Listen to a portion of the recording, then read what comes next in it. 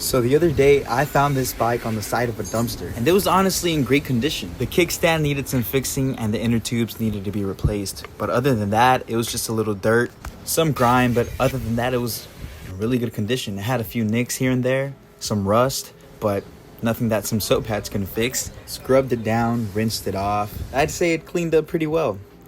There was a few edges that I didn't get, but that's okay. Next off, I went to fix the kickstand. I flipped it over to get a closer look, and it was pretty loose. Looked like it used one of those elbow hex tools, but I didn't have the size it needed, and so I ran to Harbor Freight to buy some, tightened it down, and it still wouldn't stay up. So I flipped it back around, hammered down the frame of the kickstand, and it worked. I was able to keep it up. That'll do. All it needs left are the inner tubes for the air. The inner tubes for the air. Ran to Walmart, got the tubes that it needed, took the tire out, did some hula hoop, and properly installed the tubes, I believe.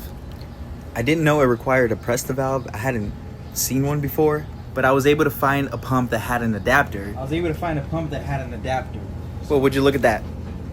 Anyway, I was able to fill up the air with tubes. The tubes were there, did the same for the rear, and it was all good to go. Flipped it back over, sprayed some lubricant into the chain, and test rode it. Hey, bro, what the hell is that? And this was my poor attempt at a wheelie. But anyway, bike is good to go. I was planning on flipping it, but instead I gave it to my girlfriend so we can go on bike rides. And yeah.